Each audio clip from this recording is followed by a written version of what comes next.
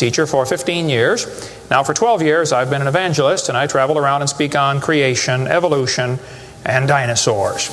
And it's an honor to be here in Coeur d'Alene, Idaho. My first time to preach in your city. How many have been to one of my seminars before or have seen one of the tapes before? Oh, quite a few, okay. How many have not? And how many do not understand the question so far? Okay, that's what I thought. Well, great. It's an honor to be here. I tell folks right up front before I get started too far, because I don't want anybody sneaking up on me, I believe the Bible is the infallible, inspired, inerrant Word of the living God. I believe it from cover to cover. I even believe the cover on mine. It says Kent Hovind. I believe that. And what I try to do in my seminars, I have three distinct goals. Number one, I want to strengthen your faith in the Word of God. Number two, if you're not saved, I'm going to try to get you saved. I'm after you. I'll tell you right now, I'm after you. Okay. Number three, if you're saved and you're not doing much for the Lord, then I'm going to try to make you uncomfortable. Everybody ought to find something to do for the Lord, okay? The worst of you could serve as bad examples, if nothing else. But you can all find something to do for the Lord. All right, this is not my wife.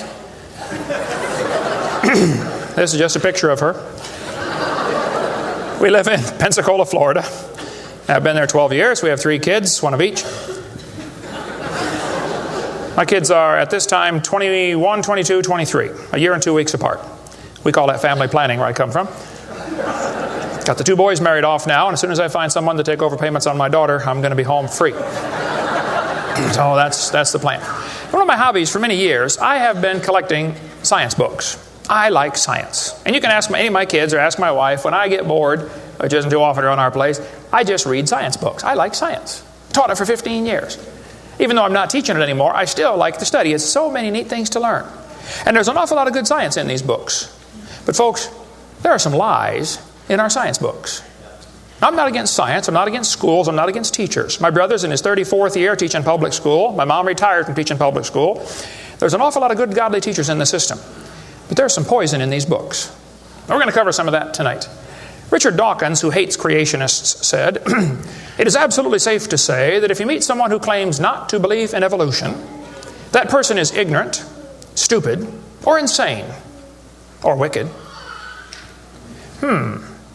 Well, Richard, I'll send you a copy of this tape, because I'm going to show you 100 reasons why evolution is so stupid. We need to define a few terms, okay? According to the dictionary, stupid means lacking normal intelligence, foolish, silly, a stupid idea, dull and boring. I think evolution is stupid. Now, my mama used to get mad at me when I used that word, so it's a little hard for me, but Bill said, "Brother Hovind, I want you to preach on 100 reasons why evolution is stupid." Okay, Bill, well, you asked for it, so here goes, all right? Let's define some other terms now. The word evolution has at least 6 different meanings, and I've done 58 debates now, and if you're going to get into a debate on evolution with anybody, you better first define what you're talking about, because this is a very slippery term, okay? First, we have cosmic evolution. That would be the Big Bang. There is no evidence whatsoever for that. We'll get into that in just a moment. Then we'd have to have chemical evolution. See, the Big Bang supposedly made hydrogen. Well, how did we get 92 elements, plus the synthetic ones? I mean, how did the chemicals evolve? They don't talk about that much, but that would have to happen. Thirdly, we'd have to have stellar and planetary evolution. Did you know the stars would have to evolve? There's an awful lot of stars out there, folks, but nobody's ever seen one form. There's enough stars out there that everybody on Earth can personally own 2 trillion of them. We've never seen one star forming. We see them blow up from time to time. It's called a nova or a supernova. We've never seen one form. One professor told me one time, he said, "Well, we calculated in the laboratory that if 20 stars explode near each other, it'll produce enough energy to make a brand new star." I said, "Well, that's brilliant. You got to lose 20 to gain 1. You ought to run for Congress. You could help those guys borrow their way out of debt." Man, first place, that's all theoretical. We've never seen it happen, okay? And I think it is scientifically impossible. See, then we'd have to have organic evolution. That would be the origin of life. How did life get started from non-living material? Now, according to the evolution theory, that would have to happen somewhere along the line, long ago and far away. Life had to come from non-living material. And yet, we've never seen that happen. There is no evidence that it can happen. We'll talk about that in a minute. Fifthly, we would have macroevolution. That is where an animal changes into a different kind of animal. Nobody's ever seen a dog produce a non-dog. But the evolutionist believes a dog came from a rock. if you go back far enough in time, 4.6 billion years. Finally, we have microevolution. Now, I don't like this word, okay, because it gets people confused. I think we ought to just call it a variation. But microevolution happens, folks. That is a fact of science. Animals produce a variety of offspring, but it's always the same kind.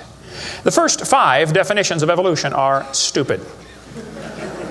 It doesn't happen. It's certainly not part of science. It's something you have to believe in. They teach the kids it all started with a big bang 20 billion years ago. A big bang. I like to ask them some simple questions. What exploded? And where did it come from? And where did the energy come from? Et cetera, et cetera. According to the Big Bang Theory, it all started with a little tiny dot and exploded and spread out over all the universe much faster than the speed of light. Well, the Big Bang Theory, as we'll see in a minute, is stupid. I don't know of a better way to say it. I'm trying to be nice to them, but it is just stupid. The Big Bang idea started with a Belgian astronomer named George something, can't pronounce his last name. George said that this original matter was no more than a few light years in diameter. At the very least, that would be 2, or about 12 trillion miles. So they started off teaching a spot 12 trillion miles across was what exploded. Well, they revised that down. In 1965, they said, no, it was only 275 million miles across. Well, that's way down from 12 trillion. 1972, they said, no, it's only 71 million miles across. I don't know how they know this stuff, but this is what they taught, okay? 1974, they said it was only 54,000 miles across. 1983, they said it was the trillionth the diameter of a proton. Now they're saying it's nothing at all. Nothing exploded. And here we are. This is what the textbooks teach. 18 to 20 billion years ago, all the matter in the universe was concentrated into one very dense, very hot region that may have been much smaller than a period on this page.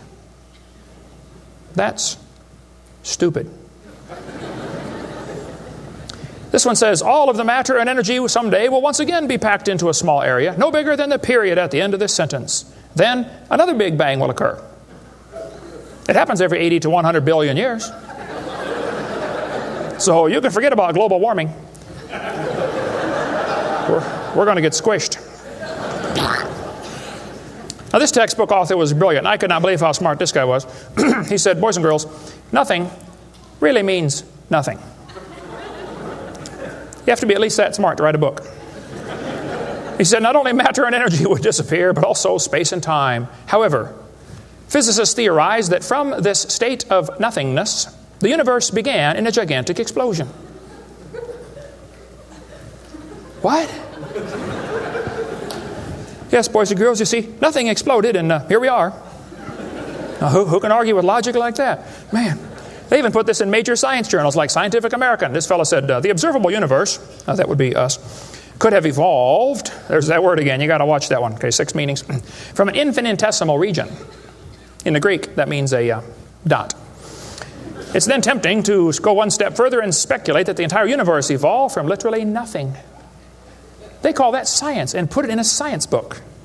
I would call that stupid and put it in the garbage. This is what the books teach. I collect them. I've got hundreds and hundreds of these books from countries all over the world, clear back from 1890s up until the 2001 textbooks. They're teaching this kind of stuff, folks. This one says, all the matter in the universe was drawn into this little tiny dot, and it spun faster and faster. This is what they teach the kids. Some kids doing this for homework tonight, right? It spun faster and faster. One day, it exploded. Big bang. I was talking to a professor from Berkeley one time. I was sitting on the airplane next to a professor from Berkeley University. I don't know if you folks here in Idaho ever heard of Berkeley or not. But Berkeley is not a Bible college.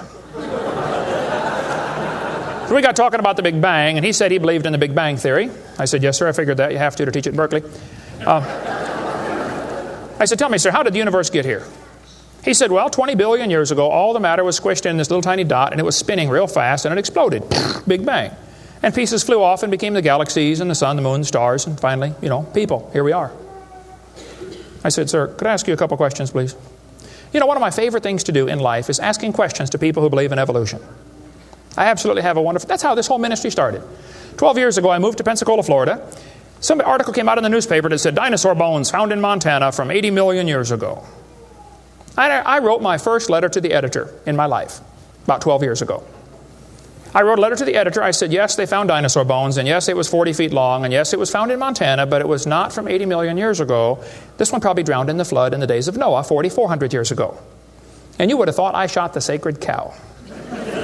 Actually, I did. Boy, there began to be quite a battle in the newspaper, letters to the editor flying back and forth, and finally a university called me and asked me to do a debate with one of their professors. Well, I'd never had a debate in my life except with my wife, and I lost those every time. So I was not excited about debating. But I said, well, how do you do it? What do you want? And the guy said, well, you send us 30 questions, and the other guy will send in 30 questions, and we'll discuss those questions for the debate. I said, okay. So I sent him 30 questions. I thought they were perfectly legitimate, fair questions. I said, a woodpecker's tongue goes all the way around the back of his head and comes on top of his left eyebrow, left nostril here. Would you please show me any fossils that have been found, intermediate species between a normal bird and a woodpecker, with his tongue going all the way around his head? What evidence do you have of how this evolved? That question never came up. I don't know what happened to it. But I said, termites chew on wood and they swallow it, but termites can't digest it. It goes into their stomach, and there's little tiny critters in their intestines that actually digest the cellulose. Now, those little critters can't live without the termite, and those termites can't live without those critters. Which one evolved first? I thought it was a fair question, but it never came up. I don't know what happened. I think they lost my list. But anyway, one of my favorite things to do is asking questions to people who believe in evolution. So I asked this professor if I could ask him some questions about the Big Bang. He said, sure, what would you like to know? I said, well, sir, you told me 20 billion years ago all the matter in the universe was squished in this little tiny dot. And it was spinning faster and faster and exploded. I said, where did all this matter come from? He said, well, we don't know that for sure. I said, okay, now, sir, hold it. If I told you that I believe about 6,000 years ago God created the heaven and the earth like the Bible teaches, you're going to say, and where did God come from? And I don't know. But you said 20 billion years ago there was a Big Bang, and you don't know where the dirt came from. So basically, I believe in the beginning God, and you believe in the beginning dirt. Don't tell me my theory is religious and yours is science. Oh, no, sir, they're both religious. The news media tries to make it look like it is religion versus science. I did a debate in El Paso, Texas here recently, and the news media wrote an article. They said, religious and scientific leaders debate evolution. What is the unspoken message in that title? What are they trying to imply? Can you catch that? They're trying to imply that evolution is part of science, aren't they? No, evolution is a religion. Actually, both creation and evolution are inherently religious. These two timelines is the same information right here. I'll be referring to that throughout the seminar here. I cover this thing all the time. The Bible teaches about 6,000 years ago, God made everything. 4,400 years ago, there was a big flood that destroyed everything. 2,000 years ago, Jesus came. Here we are today, waiting for the Lord to come back in about 5 minutes. This is the Bible view of history. On this chart, 1 inch is 150 years. That's a long time. The 20 billion year chart on the bottom is a very different scale. But see, both views, creation and evolution, are inherently religious. You have to believe in creation or believe in evolution. The difference between the two, though, is very simple. The evolution religion is tax-supported. That's the difference. By the way, if I was to make that bottom chart the same scale as the top chart, the bottom chart actually needs to be 2,100 miles long. That's from Pensacola to Portland, Oregon. I don't want to carry a chart that big, so I made a new scale for the other one, okay? If they want to believe it happened long ago and far away, they're welcome to believe that, but that's not science. Evolution is a religious worldview, and I think it is stupid. So I asked the professor, where did the matter come from? He said, I don't know. I said, well, sir, would you please tell me where the laws came from? The universe is run by laws, gravity, centrifugal force, inertia. Who gave the laws? He said, we don't know that either. I said, sir, could you tell me where the energy came from? It takes energy to make a big bang. Who bought the gas to run this machine anyway? He said, we don't know that either. I said, sir, could I ask you another question? He said, sure. What else would you like to know? What else? What do you mean else? You haven't told me nothing yet. I said, does Berkeley have a merry-go-round? How many of you know what a merry-go-round is? You go round and round and round till you puke, okay? He said, no, we don't have a merry-go-round at Berkeley. I said, you ought to get one. You could learn some good science on a merry-go-round. If you put some fourth graders on a merry-go-round, are there any fourth graders in here tonight? Who's in fourth grade? All right, I like fourth graders. I spent the best 5 years of my life in the fourth grade. That's before they diagnosed ADD. Put some fourth graders on the merry-go-round, I like using fourth graders because they're tough and they're expendable. And we're going to get the high school football team out there to get that thing spinning clockwise as fast as it will possibly go. Now, if you have a digital watch, you may not know what clockwise means. I'll explain it later. We're going to spin the merry-go-round clockwise. The kids are going to go through 4 phases. They start off in phase 1. They're screaming at the football players. Come on, let's go, faster, faster. Can't you go any faster? You get up around 30 miles an hour. The kids enter phase 2, where they stop screaming. They just quietly concentrate on trying to hang on for dear life. You get up around 60 miles an hour. The kids enter phase 3, where they start screaming again. But now they're screaming, stop, stop, please, slow down. Don't stop, though. Keep going faster and faster. When you get to about 100 miles an hour, you should enter phase 4. That's where the kids begin to fly off the merry-go-round. And when this happens, you will notice a very interesting phenomena of physics. If the merry-go-round is going clockwise, when the kid flies off, the kid will be spinning clockwise until he encounters resistance, like a tree or telephone pole. That's because of a law in physics known as the conservation of angular momentum. You see, if a spinning object breaks apart in a frictionless environment, the fragments will all spin the same direction. It's very simple. It's because the outside is moving faster than the inside. And so it keeps the same direction of spin. The professor said, yes, I understand about the conservation of angular momentum. I said, well, good. I'd like to ask you a question then, sir. If the whole universe began as a swirling dot, like you said, why do 2 planets spin backwards? He said, that's interesting. I said, no, that's more than interesting. It's kind of hard on your Big Bang Theory. Not only that, 6 of the moons are spinning backwards. Why? He said, I don't know. Why do you think they're going backwards? I was hoping he was going to ask that. I said, well, sir, I believe it's very simple. You see, I believe in the beginning God created the heaven and the earth, and God did it that way on purpose, just to make the Big Bang Theory look stupid.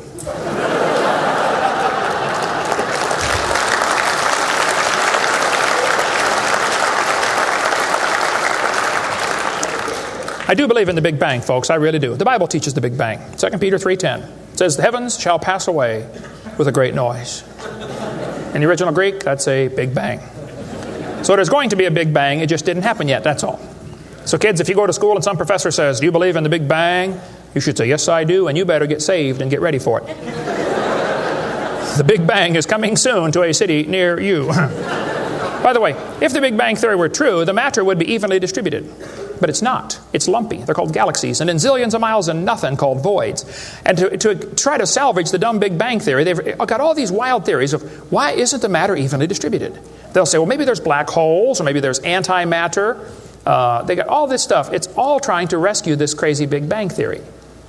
And it's a dud, folks. It didn't happen. There are zillions of stars out there. I mean, lots and lots of stars. And we haven't even seen them all. If star births, they ought to at least equal star deaths, and they don't. We see a star blow up about every 30 years. It's called a nova or a supernova. Well, then how come there are only 300 dead stars out there that we can see, supernovas? That's only a few thousand years worth, isn't it? There ought to be trillions of them, if evolution were true.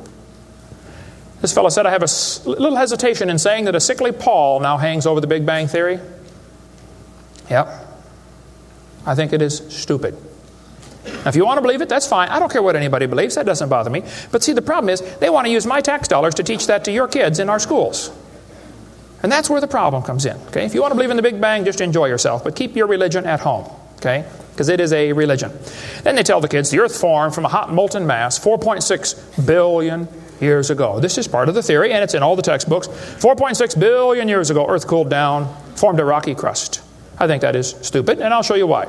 Was the earth ever really a hot molten mass? 4.6 billion years ago, and it cooled down.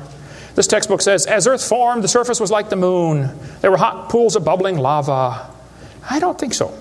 My Bible says the Spirit of God moved upon the face of the waters. So the earth was not created a hot molten mass. It was created under water, which means it has to be less than 212 degrees Fahrenheit or 100 degrees centigrade, or it wouldn't be water, it'd be steam. So the earth was never a hot molten mass according to Scripture. Then when you look in the granite rocks, you find little tiny halos made of polonium. Now these polonium halos are absolutely amazing. Robert Gentry, a friend of mine from Knoxville, Tennessee area, he has been studying radiopolonium halos for a long time. I met him back in the year 2000 and went down to his laboratory, and I got to see some of the halos through the microscope. These little polonium halos are interesting because they have a half-life of less than a few minutes. If the rock was hot, when the polonium, radioactive polonium, decayed and sent out the little particles and made the halo, it would melt away. Like at 4th of July, they shoot fireworks up. Makes a circle. Does the circle stay there? No, it all falls down, right? There are probably none up there now from the last 4th of July, are there? You'd have to freeze the whole atmosphere to keep that sphere in place. This polonium would have to be decaying in a rock that is already solid. So the Earth was never a hot molten mass. Get Robert Gentry's book if you want a lot more on that. But all over, the granites all over the world contain these polonium halos. So it is stupid to say the Earth was a hot molten mass. We have scientific evidence it was not. Here they tell the kids, though, the Earth was hot with large pools of bubbling lava, and that is just stupid. It can't possibly be true. Then they tell them life got started about 3 billion years ago. See, according to the theory, 20 billion years ago there was a big bang. 4.6 billion years ago the Earth cooled down, formed a hard rocky crust, and it rained on the rocks for millions of years and turned them into soup. And the soup came alive about 3 billion years ago. This is what the books teach. This fellow says, both the origin of life and the origin of major groups of animals remains unknown. How did life get started anyway? Well, this textbook tells the kids, oceans formed as it rained on the rocks for millions of years. Yes, boys and girls, millions of years of torrential rains created great oceans. And swirling in the waters of the oceans is a bubbling broth of complex chemicals. Progress from a complex chemical soup to a living organism is very slow. Well, I guess it is. It's totally stopped. Doesn't even happen. That's how slow it is. This one says, the first self-replicating systems must have emerged in this organic soup. Was your great-great-great-great-great-great-great-great-great-great-great-grandpa soup? I think that's stupid, okay? Now, if they want to believe it, that's fine. I don't care what they believe, but don't call it science. What happened back in the 1950s, a guy named Miller and Urey wanted to know how the Earth and solar system had come to be. So they tell the kids he took a mixture of Earth's primitive atmosphere. We'll talk about that in a minute. He never proved how life originated, but he did add evidence to the theory that life could have started by itself. Well, is that true? Now, did he really do that? Well, let's just study the facts here. This textbook tells the kids, many important events occurred during the Archean era, the most important of which was the evolution of life. Progress from complex molecules to even the simplest living organism was a very long process. Long ago and far away. Fairy tale kids coming up. First living cells emerged 4 billion to 3.8 billion years ago. I like that word, emerged. They use it all the time. Like that explains how it happened, you know. It just emerged. There is no record of the event, they tell the kids. Look, kid, we know what happened and you're going to be tested on this, but there's no proof. Oh, okay. It's not science. First living self-replicating systems must have emerged in this soup.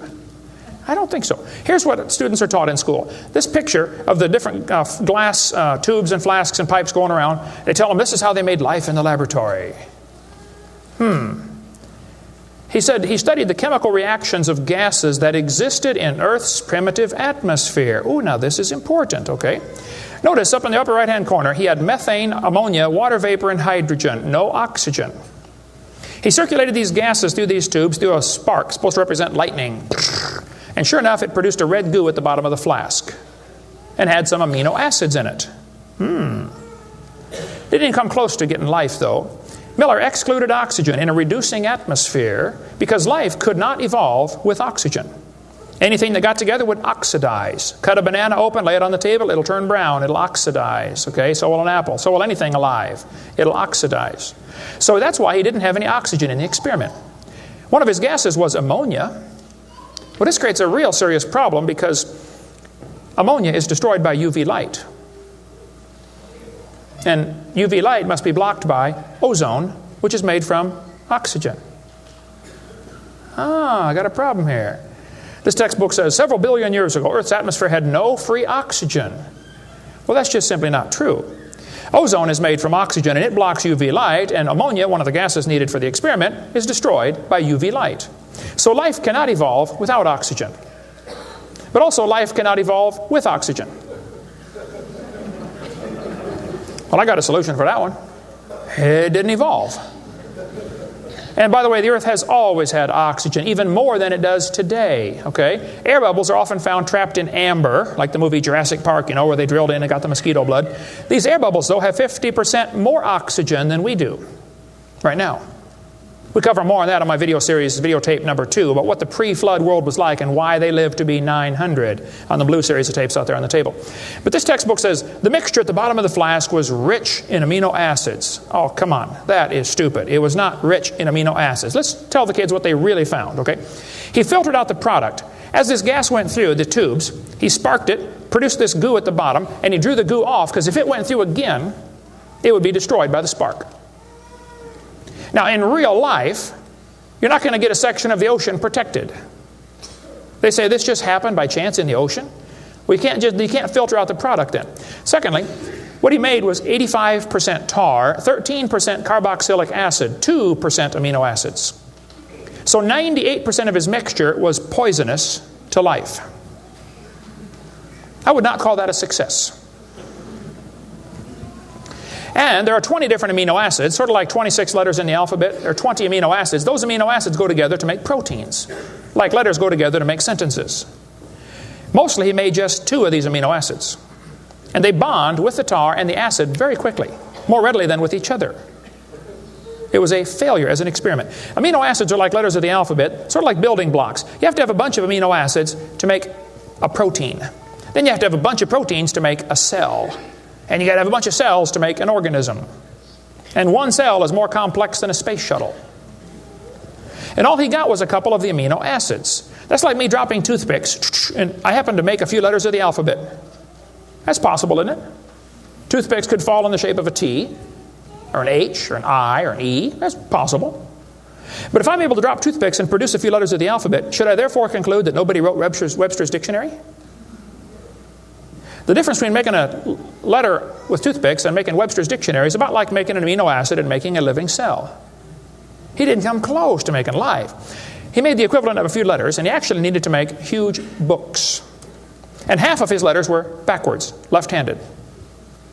This creates a real problem since the simplest proteins, the smallest proteins, have 70 to 100 amino acids, all of them left-handed.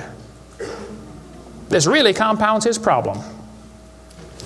RNA and DNA are all right-handed molecules, and they are unbelievably complex. And hundreds of these amino acids must combine to make a protein, and this has to be in a precise order. And they unbond in water much faster than they bond, and last time I checked, the oceans are completely full of water. So Brownian motion is going to drive them away from each other, not together. It just isn't going to work. He did not make life in the laboratory. But they tell the kids, he showed how life could have started by itself. Oh, that is just a stupid, okay? That's a lie. He did not show anything of the kind. And every experiment since then has made the problem worse. They're finding more and more things that just couldn't happen. Don't call that science. But they tell the kids, 3 billion years ago, life appeared on Earth. Asked me to speak at this college in Boston one time. This preacher called all the colleges and universities around Boston and said, would you like to have Kent Hovind come speak at your college? Finally, one professor said, yes, he can come speak at our school if our professors can ask him any questions they want, because we want to show our students how dumb these creationists really are. So the preacher called me and said, Brother Hovind, would you like to speak at this college and let them make fun of you for a couple hours? I said, I would be honored. So I showed up. There were 6 professors and all their students. I felt like Daniel in the lion's den. I got my charts out and I said, now folks, I believe the Bible. Nobody cheered. I said, I believe about 6,000 years ago God made everything. The world's not millions of years old. 4.6 billion years ago, there was a big flood. I'm sorry, 4,400 years ago, there was a big flood. Not 4.6. And 2,000 years ago, Jesus came, and I gave them the basic Bible story, okay? Then I told them what they believe. Because most of them don't know what they believe. You have to tell them. You guys believe 20 billion years ago there was a big bang where nothing exploded and produced everything. 4.6 billion years ago the earth cooled down, made a hard rocky crust. It rained on the rocks for millions of years, turned them into soup, and the soup came alive 3 billion years ago. And this early life form found somebody to marry. Boy, now that's a good trick. And something to eat, of course, and slowly evolved into everything we see today. One professor was getting kind of upset about this time. I seem to do that to them. He said, Mr. Hovind, there are hundreds of varieties of dogs in the world. I said, yes, sir, you're right about that. He said, "You mean to tell me that you believe all these dogs came from 2 dogs off of Noah's Ark? You expect me to believe that?" Ha, ha, ha. I said, "Sir, would you look at what you're teaching your students? You're teaching your students that all the dogs in the world came from a rock."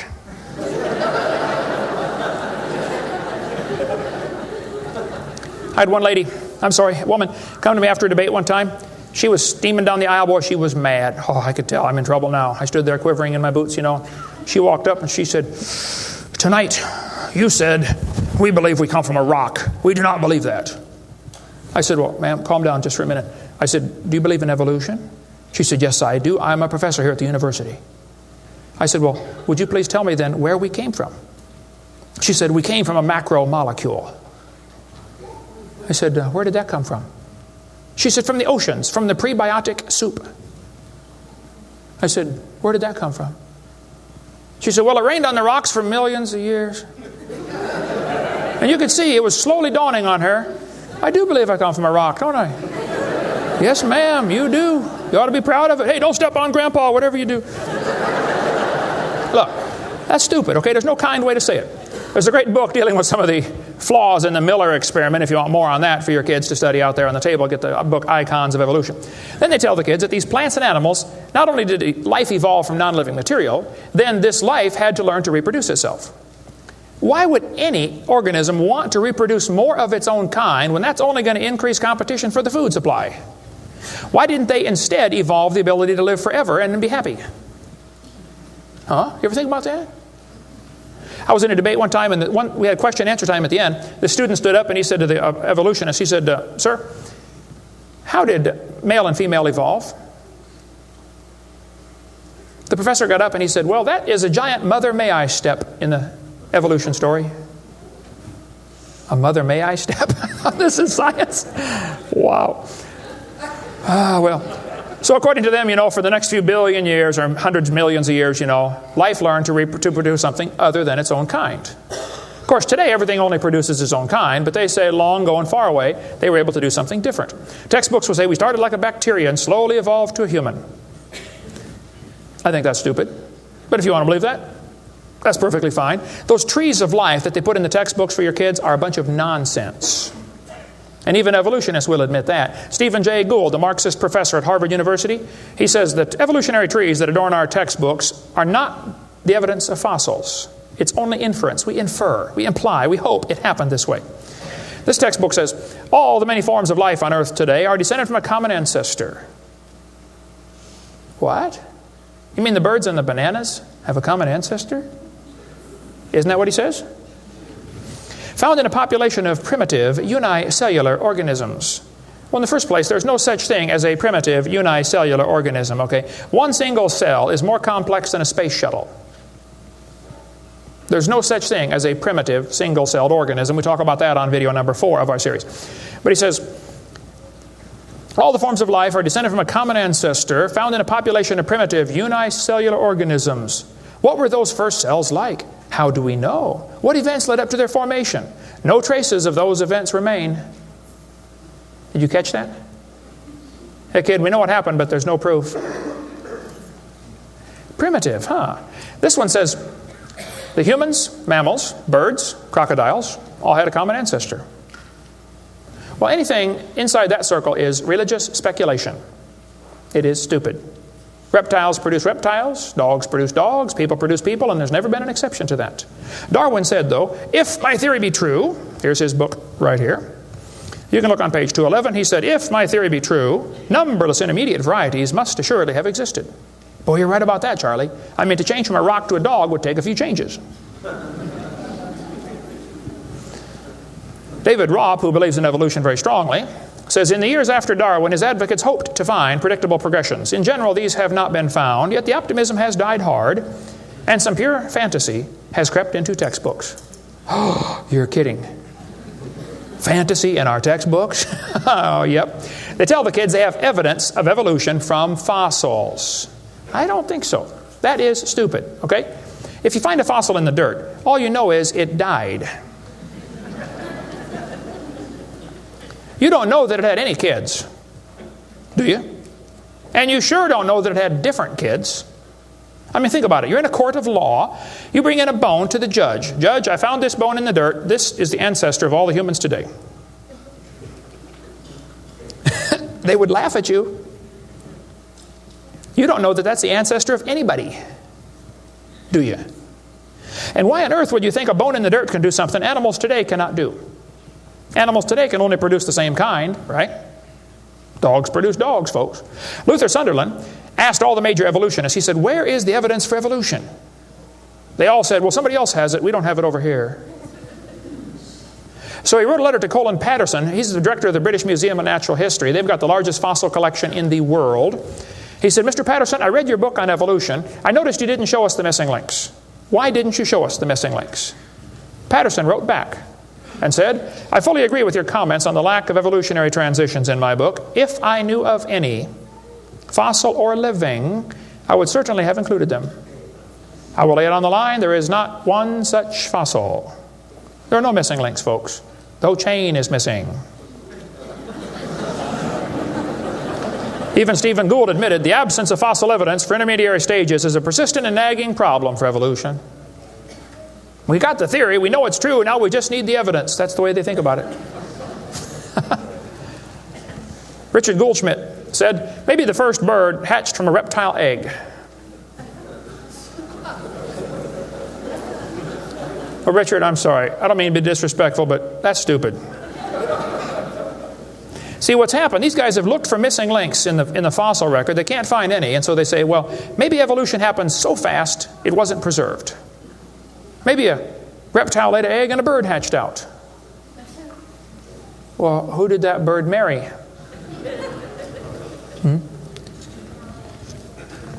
There's only about a zillion differences between a reptile and a bird. We'll get into that later sometime if we have time. But if they want to believe that, that's perfectly fine. Here's what happened. Charlie Darwin graduated from Bible college to be a preacher in the Anglican Church in 1830. He couldn't get a job, so his dad pulled a few strings and got him a job on board HMS Beagle. He's going to sail around the world and collect bugs. And while he's sailing around, he stopped off at these islands right there called the Galapagos Islands. There on those islands, Charlie noticed there were 14 different varieties of finches. Charlie studied the birds very carefully and said, you know what? I think all these birds had a common ancestor. I bet you're right, Charlie. It was a bird. And then Charlie said in his book on page 170, he said, it is a truly wonderful fact that all animals and all plants throughout all time and space should be related to each other. Now, hold on a minute. You see 14 kinds of birds, and you conclude that birds and bananas are related. That's stupid. You should conclude that those 14 kinds of birds had a common ancestor, but that's as far as it ever goes, folks, okay? I don't know of a kind way to say it, Charlie, but that's stupid. Okay, we don't ever see a bird produce a non-bird. See, dogs produce dogs, and you might get quite a variety of dogs. Roses produce roses. That is called microevolution. Now, that is a fact, folks. It happens. It is observable. It is scientific. I don't think we ought to use that word, microevolution. We should just call it a variation. But they use it, so, just so I qualify that, it's a lousy term. It gives what's called a free rider effect to the rest of the 5 religious ideas of evolution. You might get a big dog or a little dog, but you're always going to get a dog when you crossbreed your dogs. And I would go so far as to say probably the dog, the wolf, and the coyote had a common ancestor. This Irish textbook shows different dogs, and it calls it divergent evolution. Oh, come on. Giving it a fancy name doesn't change a thing. It is still a dog. And a 3-year-old can tell you. Anybody in here 5 years old? Who's 5 years old? 5 years old. What's your name? Misty. Here we have a dog, a wolf, a coyote, and a banana. Which one is not like the others? Dog, wolf, coyote, and banana. Banana. All right, let's give Misty a hand. Very good. The other ones. Some of these college professors can't tell. Look, there's a variety of dogs, folks, and they probably had a common ancestor. It was a dog. Okay? It's just a dog. See, variations happen within the dog kind. You get a big dog or a little dog, but there are limits to these variations. Haven't the farmers been trying to breed for bigger pigs for a long time? They try to get the biggest pig they can, don't they? Do you think they'll ever get a pig as big as Texas? I bet there's a limit in there somewhere, isn't there? Roaches become resistant to pesticides after a while. Do you think they'll ever become resistant to a sledgehammer? I bet there's a limit. Yeah, okay. They still produce the same kind of plant or animal. That's not evolution. That's just a variation of the same kind, okay? And the information for that variety was already present in the gene pool. No new information is ever added. The dogs or the pigs don't learn to fly or become pink. Okay, there's no new information added, just scrambled information. And the gene pool of the new variety is now more limited than before. Somebody spent years crossbreeding dogs to develop a Chihuahua. All that work to make a dog that is 100% useless.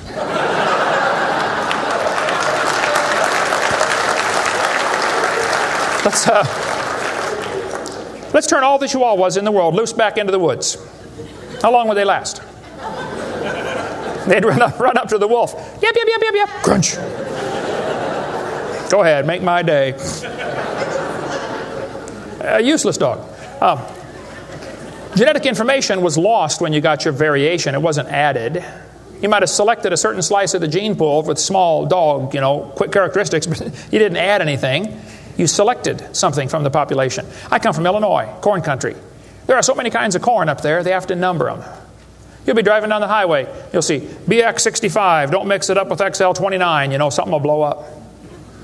But I'll tell you what, folks, you can crossbreed your corn from now till the cows come home, and you always get corn. You will never get a hamster or a tomato or a whale to grow on that corn stalk, okay? It won't happen. There's a variety of cows, and they probably had a common ancestor. It was a cow. Variety of horses, no question. Probably the zebra and the horse had a common ancestor. But the kids are going to be taught in school tomorrow in your town that the horse used to have 4 toes. Well, there's some things they don't tell the kids about this Eohippus to Equus series, which has been proven wrong 50 years ago, but still is in your textbooks right here in this town. They don't tell them the original so-called horse is the size of a fox. It was a meat eater and had 18 pairs of ribs. The next one had 15 pairs of ribs. A couple of trips through the buzzsaw did that. And then it miraculously grew back 19 pairs of ribs as it evolved, and then back to 18. They also don't tell them the whole thing's been proven wrong a long time ago. Like this guy says in the biology textbook, other examples like the gradual evolution of the horse have not held up under close examination. That's a polite way of saying it's proven wrong, okay? This G.G. Simpson back in 1950 said the example of the horse family has been unintentionally falsified. They knew 50 years ago this was false. Why did they keep that in your textbooks? This whole thing was made up by Othniel C. Marsh in 1874. He picked animals from all over the world and put them in order the way he thought it might have happened. They were never found in that order. Modern horses are found in the same layers as the so-called ancient Equus or Eohippus horse. They're found in the same layer. So it can't be the ancestor, that's for sure. The ancient horse is nothing but a Hyracotherium, which is still alive today. By the way, the ribs, the toes, the teeth are very different in these animals. In South America, the fossils go exactly backwards. Instead of 3-toed to 1-toed, it goes 1-toed to 3-toed in the fossil order. They won't talk about that much, but you check it out. That's a fact, folks. They're never found in the order presented in the textbooks. 3-toed and 1-toed gray side by side. Plenty of information on the internet about that. Tulsa Zoo finally took out their display because so many folks complain, why do you have this horse evolution display in the zoo? It's been proven wrong 50 years ago. Take it out. And you folks ought to get together with your school board and say, look, on page whatever it is, 952 of our textbook, it says the horse evolved from a 4-toed ancestor. Let's cut this page out. If you had a page in your textbook teaching the kids the earth was flat, would it be okay to demand that that page be removed? You don't have to buy a whole new book. Just cut the page out. It won't cost the school anything. How many of you would volunteer to help cut the pages out and bring your own scissors? See? Won't cost them a dime.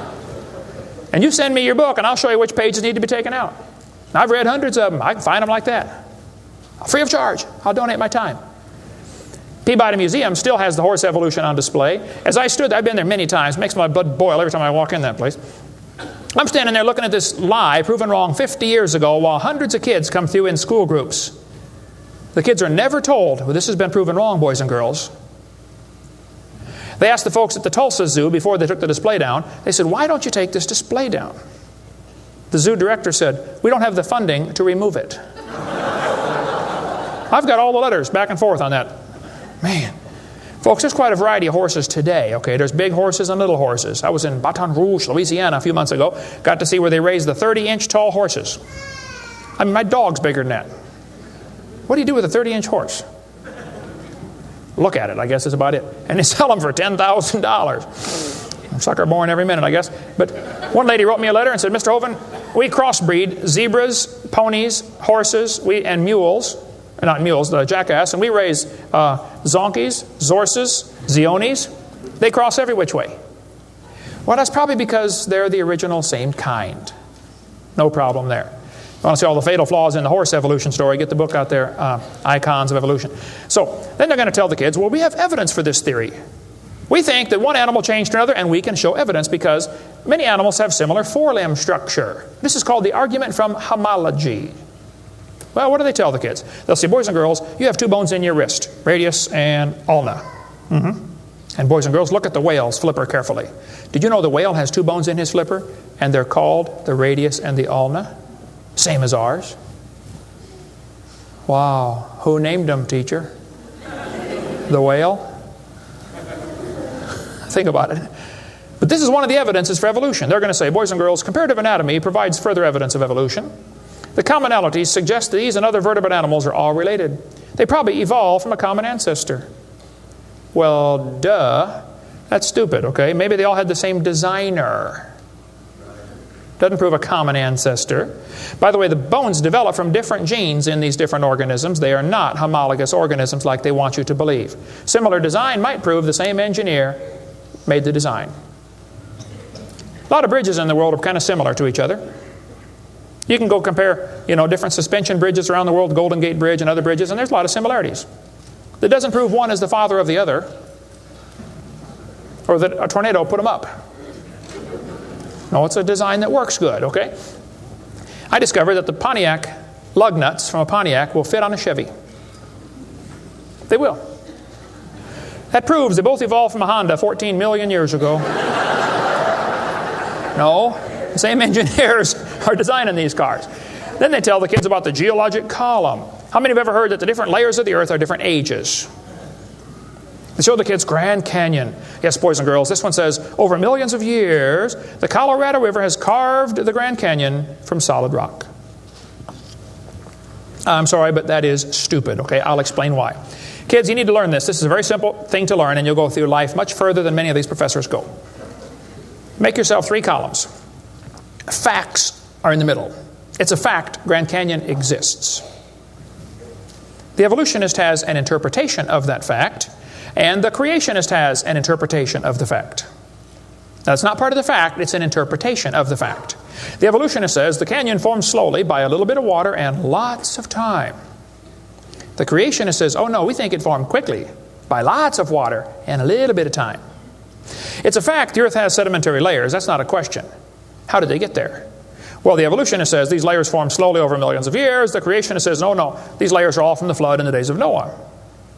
Now, it seems like the professors are always trying to erase the line between their interpretation and the fact and make their interpretation part of the fact column, and it's not. And I think I can demonstrate Grand Canyon was not formed by the Colorado River. I was in a debate recently, and this professor said, Dr. Hovind, you're so stupid. Obviously, it took millions of years to form the Grand Canyon. I said, well, sir, I've seen Grand Canyon many times. I taught earth science for 15 years. I've studied it intensively. Just flew over it last week, as a matter of fact, twice. Got a perfect view of it going out to California and back, flying from wherever I was, Florida. That's where I live. This textbook says, the Colorado River has cut through layer upon layer of rock over millions of years. Well, if you built a dam across Grand Canyon, it would take a lot of dirt or concrete, but if you could, okay, it'd be a huge dam.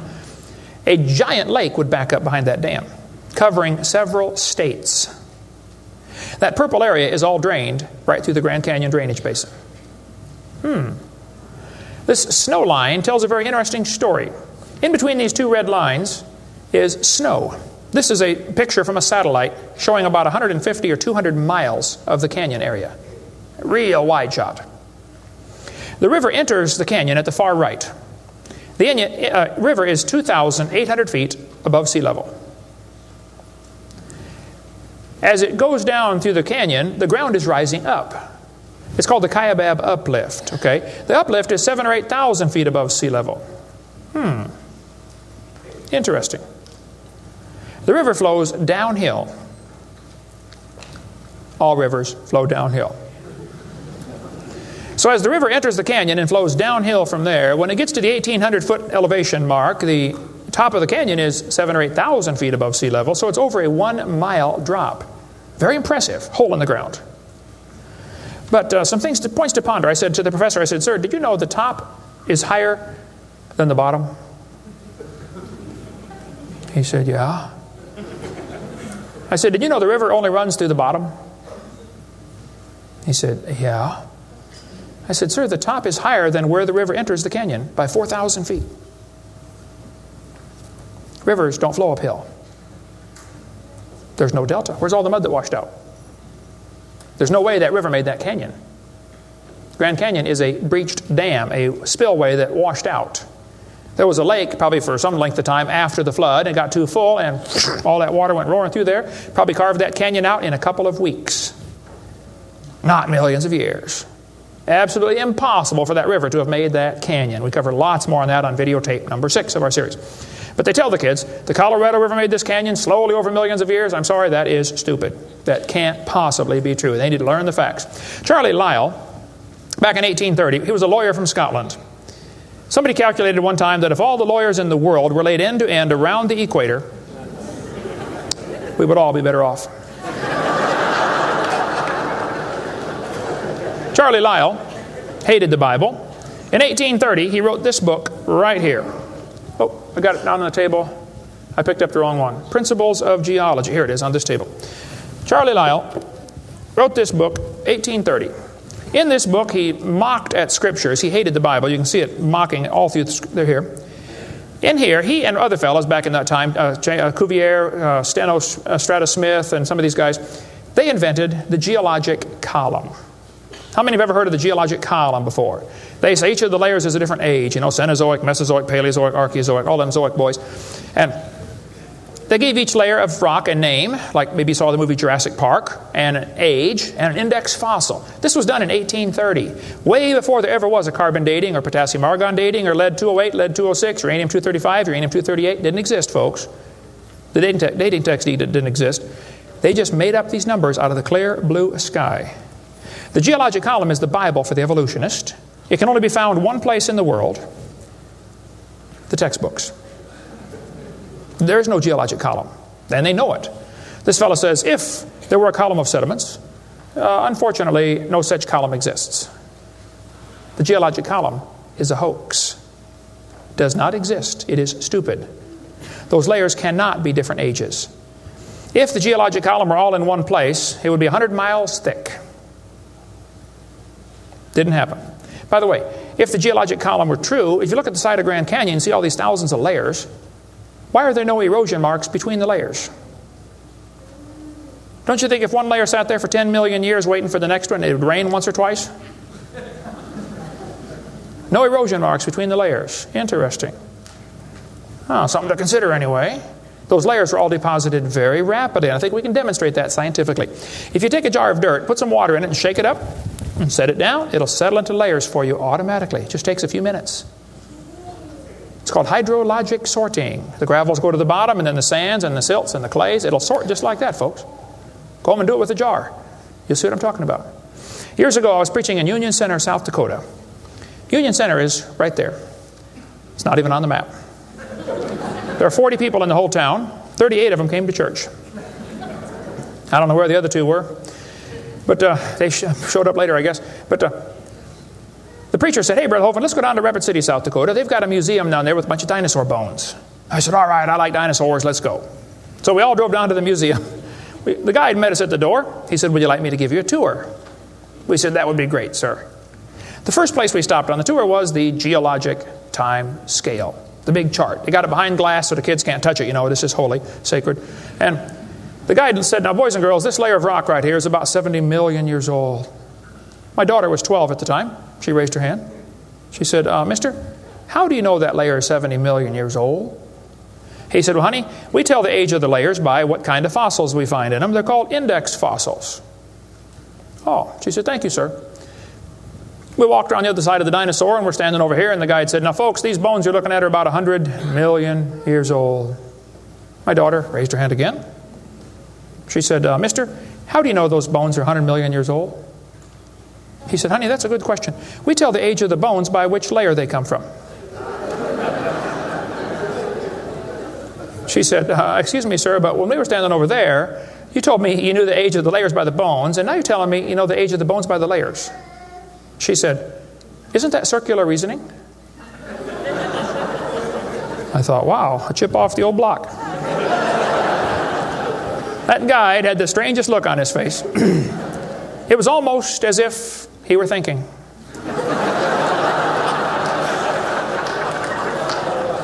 He looked at my daughter. He looked at me. I wasn't about to help him. I thought, wow, this is going to be good. I got to hear this. He looked back at my daughter. He said, you know, you're right. That is circular reasoning. I never thought of that before. Folks, geologic column is a joke. It doesn't exist. It's all based on circular reasoning. We can demonstrate that clearly. Get our video number 4 if you want more information on how it's all based on circular reasoning. I'll just give you a couple of quotes here. This guy says, the rocks do date the fossils, but the fossils date the rocks more accurately.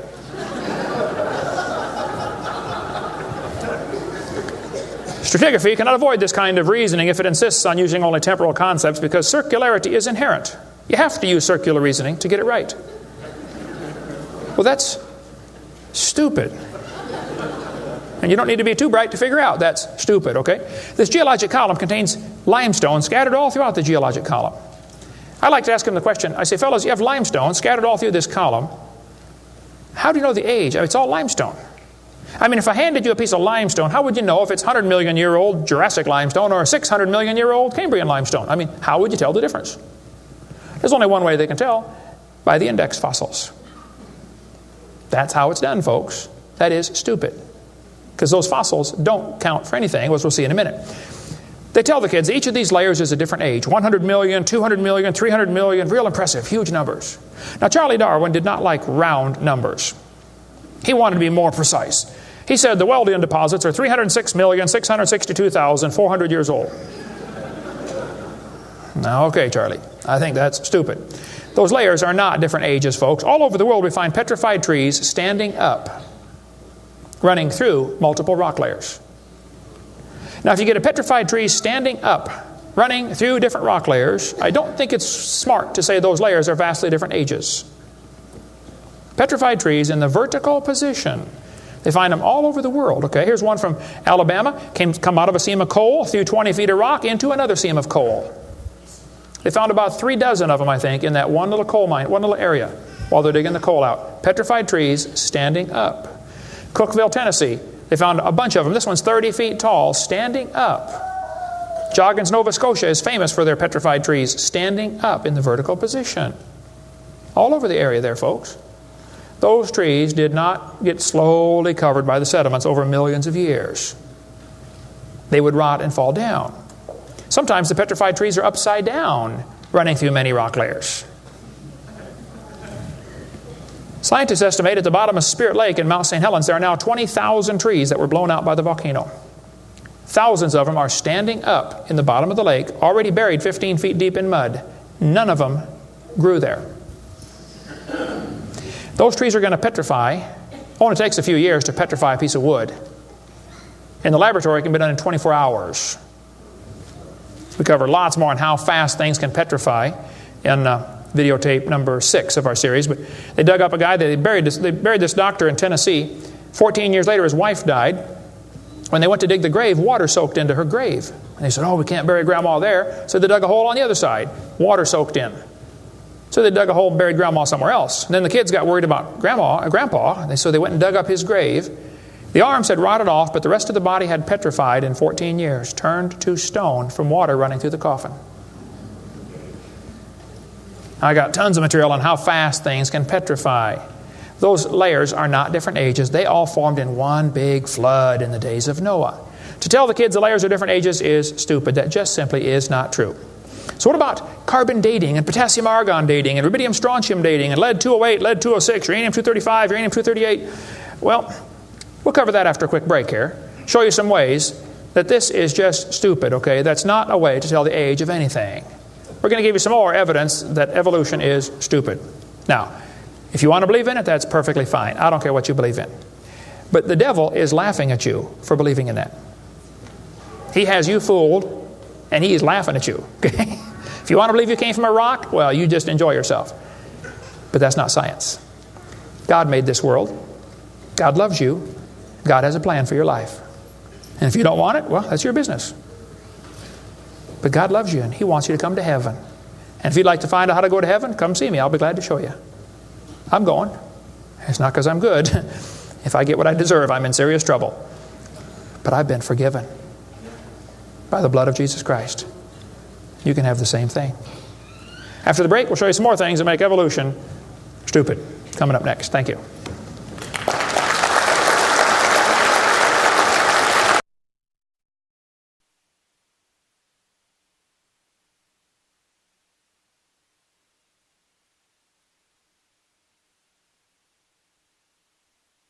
In the early 1950s, actually the late 1940s, they invented carbon dating. We're going to explain a little bit about radiometric dating and how it's supposed to work, and then show you that it does not work, okay? The Earth's atmosphere is about 100 miles thick, and we're also protected by a magnetic field. Radiation from the sun and from the stars, mostly from the sun, goes right through that magnetic field, some of it does, and hits the atmosphere and produces carbon-14. Carbon-14 is radioactive. Normally, carbon is atomic number 6, which gives it atomic weight of 12. But this nitrogen, which is right next door to carbon, gets struck by radiation and it turns it into carbon-14. Now, carbon-14 is unstable. It is radioactive. It's always breaking apart. And you can hear it like with a Geiger counter, you know, click, click, click, click, just like uranium, because it's decaying. They've discovered it decays at a fairly consistent rate. About half of it will decay every 5,730 years. Which means if I gave you a pile of carbon-14, 5,730 years later, half of it would turn back to nitrogen. The rest would still be carbon-14. Theoretically, it's a random event, but it could. That's probably how long it would take. During photosynthesis, plants are breathing in carbon dioxide, and this radioactive carbon is mixed in with the regular carbon. The plant doesn't seem to know or care if it's getting radioactive carbon or regular carbon. It just takes it right in. Animals eat the plants and make it part of their body. Probably during your lifetime, you have either eaten plants or you've eaten animals that have eaten plants. How many have done that before? Okay. So, you probably have radioactive carbon-14 in you. Now, theoretically, what you have in you should match whatever's in the atmosphere, about the same percentage.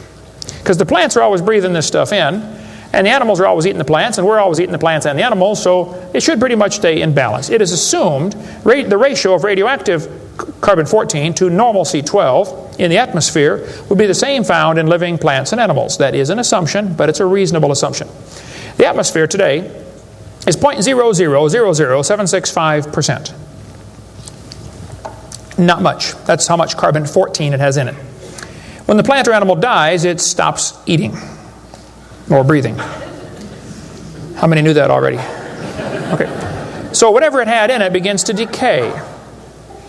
Since half of it will leave in 5,730 years, all you got to do is check to see how much C14 is in it, how much C14 is in the atmosphere, and if it's only got half as much, it's been dead for 5,730 years. Sounds great, but it doesn't work. In theory, it never goes to zero, but it goes from a half to a fourth, to an eighth, to a 16th, to a 32nd, to not much, okay? After 4 or 5 half-lives, you can't measure it. So if anybody ever tells you, we know the Earth is millions of years old because of carbon dating, you can rest assured they don't have a clue what they're talking about. Because if it worked, it would only work for 30 or 40 or 50,000 years maximum. They compare the amount of C14 in the object being dated with the amount currently in the atmosphere, and estimate how long the object has been dead. It sounds good, but there are some assumptions that mess everything up. Okay? Assumption number 1, has the amount of C14 in the atmosphere always been the same? Has it reached equilibrium? This is an interesting problem. If I told you to fill a barrel with water, but I drilled holes on the other side of the barrel, while you're filling it, it's leaking out. At some point, it's going to be leaking at the same speed you're filling, and that point is called equilibrium. You will never fill the barrel past that point unless you plug the holes or fill faster. See, it's filling and leaking at the same time, sort of like your checkbook. You know, you put it in and it leaks out, okay? Hopefully you want to at least be at equilibrium, okay? If less than that, you're going to be in trouble eventually. See, if your outgo exceeds your income, your upkeep will be your downfall every time. Well, they say if you took a brand new planet Earth and stuck it out in the solar system, the sun would start producing carbon-14. It would start decaying also right away, and it would take about 30,000 years to reach this equilibrium point.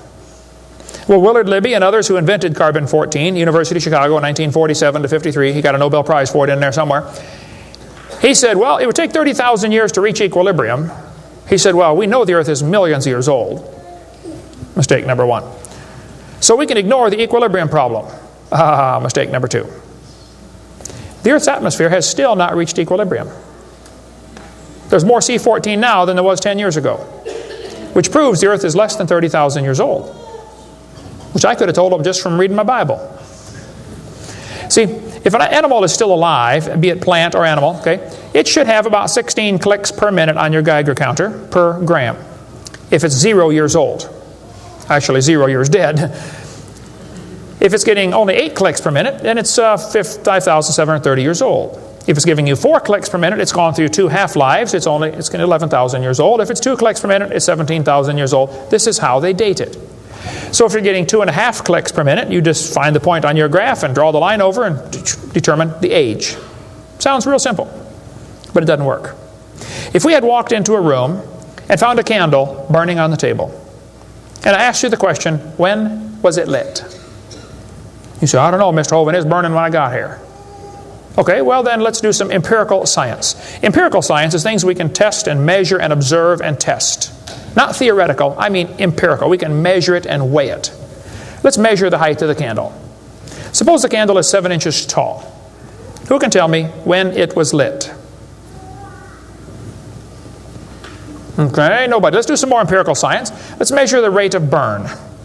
Suppose we determine it's burning an inch an hour. When was it lit?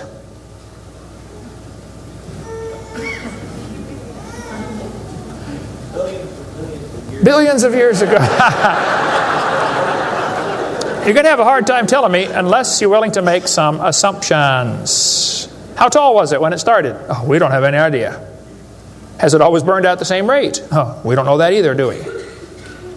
You find a fossil in the dirt, you can measure how much C14 is in it. Very accurately, by the way. And you can measure how fast it's decaying. That's just like measuring the height of your candle and how fast it's burning. Now, when did that animal die? You don't have a clue. Unless you're willing to assume that the C14 when it was alive is the same as we have today, and assume the rate of decay has always been the same down through history. You can't prove either of those. Living mollusk shells were carbon dated at 2,300 years old. Hello, they're still alive. Freshly killed seal, carbon dated 1,300 years old. Shells from living snails, carbon dated 27,000 years old. That's stupid. He's still alive, okay? I know snails are slow, but 27,000 years, he'd be dead, okay? One part of a mammoth is 29,000 years old, another part's 44,000. One part of Dima was 40,000 years old, another part was 26,000, and the wood next to it is 9,000. The lower leg of a mammoth is 15,000 years old, the skin is 21,000. 2 mammoths found side by side in Alaska, one is 16,000, one's 22,000. Which number is right? Living penguins, carbon dated 8,000 years old. 11 human skeletons, the earliest known human remains in the Western Hemisphere, were dated by accelerator mass spectrometer. All 11 dated about 5,000 radiocarbon years.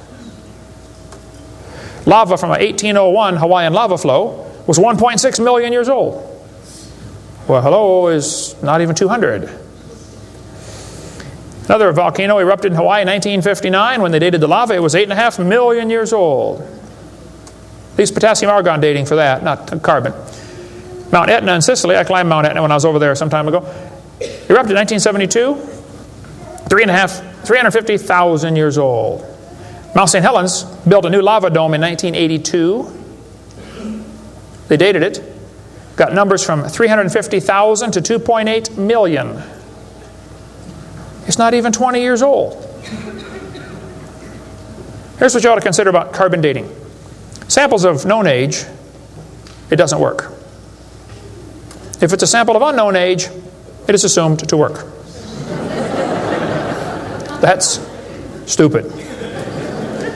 In the last 2 years, an absolute date has been obtained for the Gandong beds above the Trinal beds. It has the very interesting value of 300,000 years, plus or minus 300,000 years. Well, they nailed that one right on the head, didn't they? See, back in 1770, George Buffon said the Earth is 70,000 years old. 1905, the official age of the Earth was 2 billion. When they went to the moon, they said the Earth and the moon are 3.5 billion years old. 3.5 billion, dated with potassium argon dating. Now they're telling the students it's 4.6 billion years old. Let's see, that means the Earth is getting older at the rate of 21 million years per year. That's 40 years per minute. Aging rapidly, folks. That's stupid, okay? All they do is add more time to make the theory look more reasonable. Long ago and far away. And when you prove it couldn't happen, they say, well, it was longer ago and farther away. Then they're going to tell the students one of the evidences for evolution is embryology. Now, there aren't too many things about this whole theory that make me angrier than this, so I'm going to try to stay calm and cool and collected while we discuss this. Ernst Haeckel, an embryology professor at the University of Jena in Germany, loved evolution theory. When Darwin's book came out, Ernst Haeckel read that book the next year and said, wow, this is a great theory. All we need now is some evidence. 9 years later, they still had no evidence. So Ernst Haeckel decided to help Charlie out. He was an embryology professor, the study of animals before they're born. You know, the different embryos of all these different animals. He made drawings that were fake to make them look alike. The students are taught we have evidence from development. I don't think so. The similarity between early stages in development of many different animals helped convince Darwin that all forms of life shared common ancestors. Actually, Darwin considered this by far the strongest single class of evidence a class of facts in favor of his theory. This is stupid, folks. I'll show you. This textbook says, the human embryo growing in the mother has gills like a fish. Those little folds of skin are not gills, okay? Excuse me. Those little wrinkles under your chin when you're growing up later develop into bones in the ear and glands in the throat. They never have anything to do with breathing. I've seen folks that have 5 or 6 chins and they can't breathe through any of them but the top one. Those are not gill slits. Ernst Haeckel, though, said the turning point in his thinking was when he read Darwin's book, 1860. Haeckel took a drawing of a dog and a human embryo and he changed them to make them look exactly alike. His fake drawings looked almost identical. On top are the real drawings, underneath are Haeckel's fake drawings. He lied, folks, intentionally. He made huge charts of his posters of his drawings of these embryos and traveled all over Germany and just about by himself converted the Germans to believing in evolution. Which later led to the obvious question, well, if evolution is true, then maybe one of the races of people has developed farther than the rest. Which, by the way, is a subtitle to Charlie Darwin's book. You can look at it for yourself. The Origin of Species by Means of Natural Selection, or the Preservation of Favored Races in the Struggle for Life. See, Darwin was a racist. We cover lots more on that on video number 5. That one is politically incorrect. You don't want to watch that one. Trust me. On top are Haeckel's fake drawings. Underneath are actual photographs of what he claimed he was drawing a picture of. Now, either he's a lousy artist or he's a liar. Well, it turns out he's a liar. He was convicted of fraud by his own university. Proven to be a fraud. But guess what? Haeckel's fake drawings are still used in textbooks in your state right now. Here's a textbook used at the University of West Florida, in the middle of the Bible Belt. It's only been proven wrong 125 years ago. I know it takes a while to get textbooks up to date, but that ought to be plenty of time.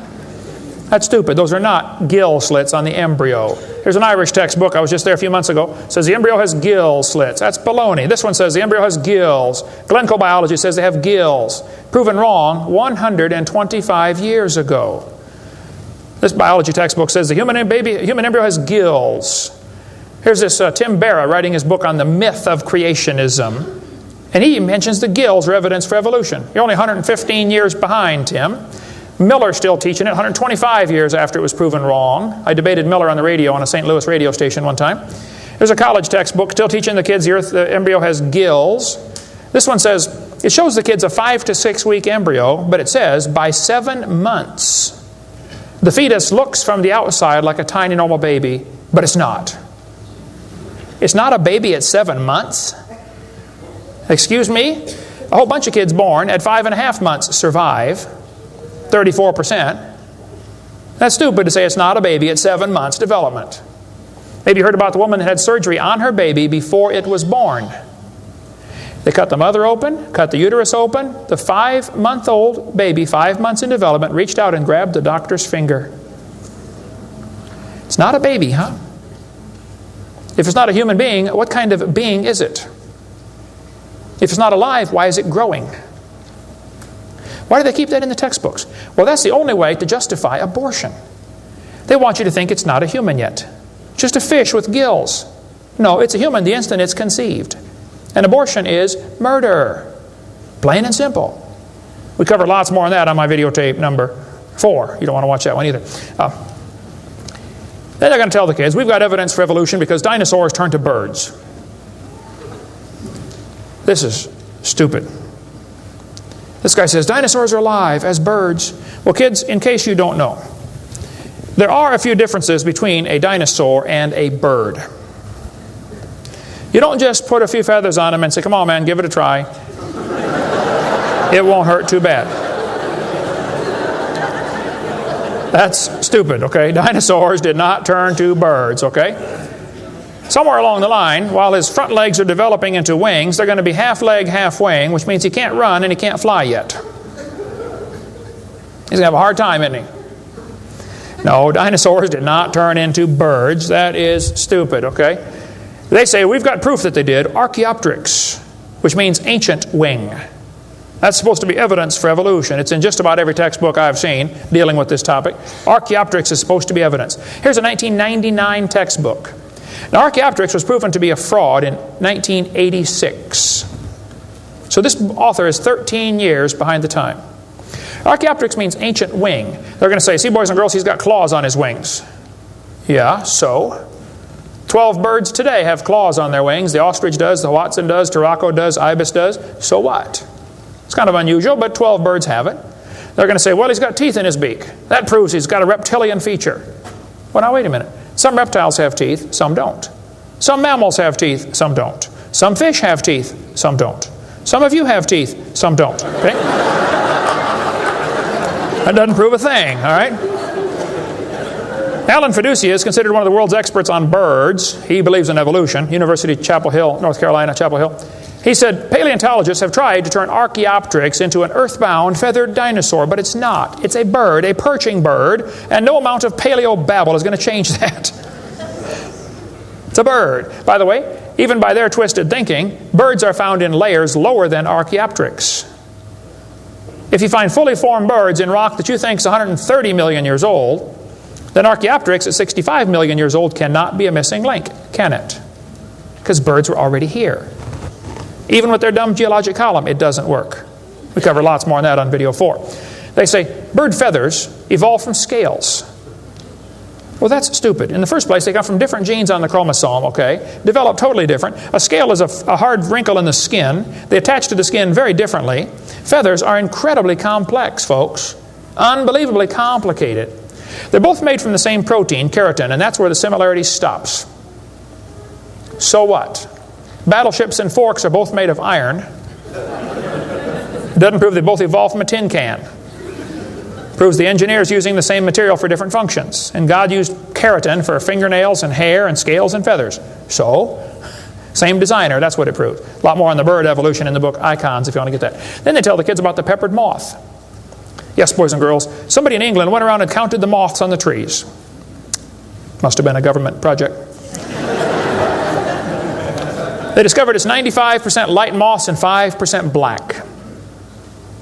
Well, so the story goes, they burned coal in the factories, the trees turned black, and the moths changed to black moths.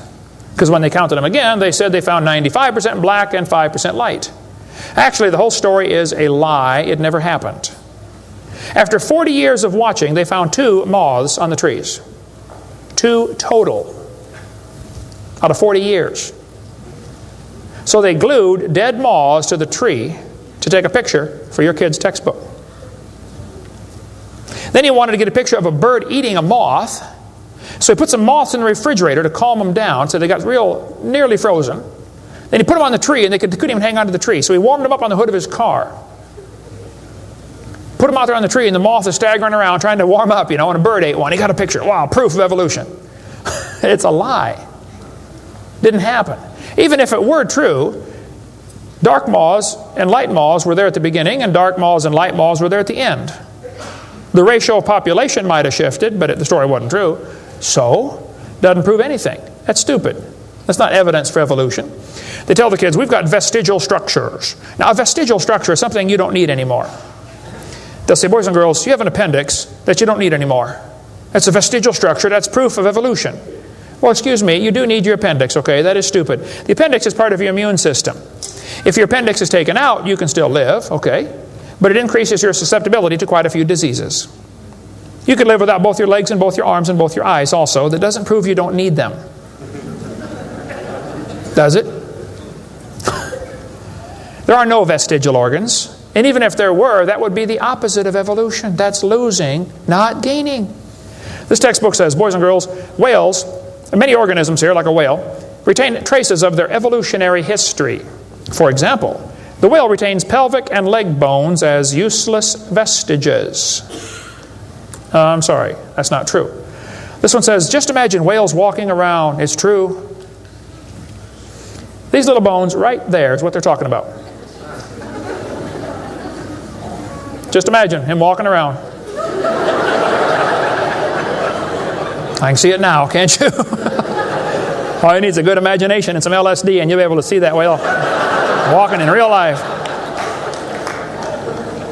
This textbook says, the whale's pelvis is evidence of its evolution from 4-legged land-dwelling mammals. Well, that is stupid, okay? Those bones in the whale's abdomen are essential to hold muscles that support the reproductive system. Without those bones and those special muscles, the whales cannot reproduce. This has nothing to do with walking on land. It has to do with getting more baby whales. So the author that wrote this is either ignorant of his whale anatomy and should not be writing a book about it, or he's a liar trying to push a theory off on our kids. Here this one says, whales once lived on land. Whales were not always sea dwellers. Modern whales show skeletal evidence of previous existence on dry land. Buried deep in a whale's hip muscles are 2 small bones, all that is left of the whale's pelvis and hind legs. That's stupid. The male and female bones are very different on whales. Check your whale anatomy and tear that page out of your book. Has no business being in there. This textbook says, humans have a tailbone at the end of the spine that is of no apparent use. I was debating a guy in North Alabama. He was the president of the North Alabama Atheist Association or something like that. He got up and he said, folks, we've got evidence for evolution. Humans have a tailbone they no longer need. When it was my turn, I got up and I said, Mr. Patterson, I taught biology and anatomy. I happen to know there are 9 little muscles that attach to the tailbone, without which you cannot perform some very valuable functions. I will not tell you what they all are, but go read your Gray's Anatomy and you can figure it out. I said, however, Mr. Patterson, if you think the tailbone is vestigial, I, Kent Hovind, will pay right now to have yours removed. Bend over.